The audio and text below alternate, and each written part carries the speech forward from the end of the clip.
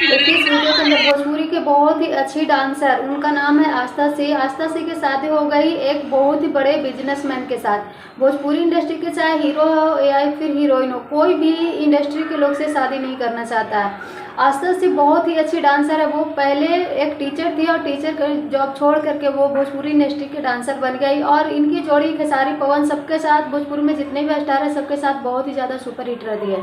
आज रात उन्होंने अपनी शादी रचा ली। उनके हस्बैंड के नाम है अशोक सिंह और अशोक सिंह बहुत ही बड़े बिजनेसमैन है और दोनों लव मैरिज किया। दोनों को आप देख सकते जोड़ी बहुत ही प्यारी लग रही है।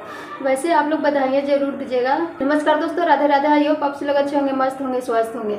आस्था सिंह भोजपुरी इंडस्ट्री की एक ऐसी हीरोइन है जो कभी भी किसी को भी अपने करीब मतलब गलत तरीके से यूज नहीं करती। अगर गाने में कोई अश्लील वीडियो फोटोज अगर कोई मतलब रिकॉर्ड भी होता है तो वो झट से डिलीट करवा देती है। वो बहुत ही अच्छी है।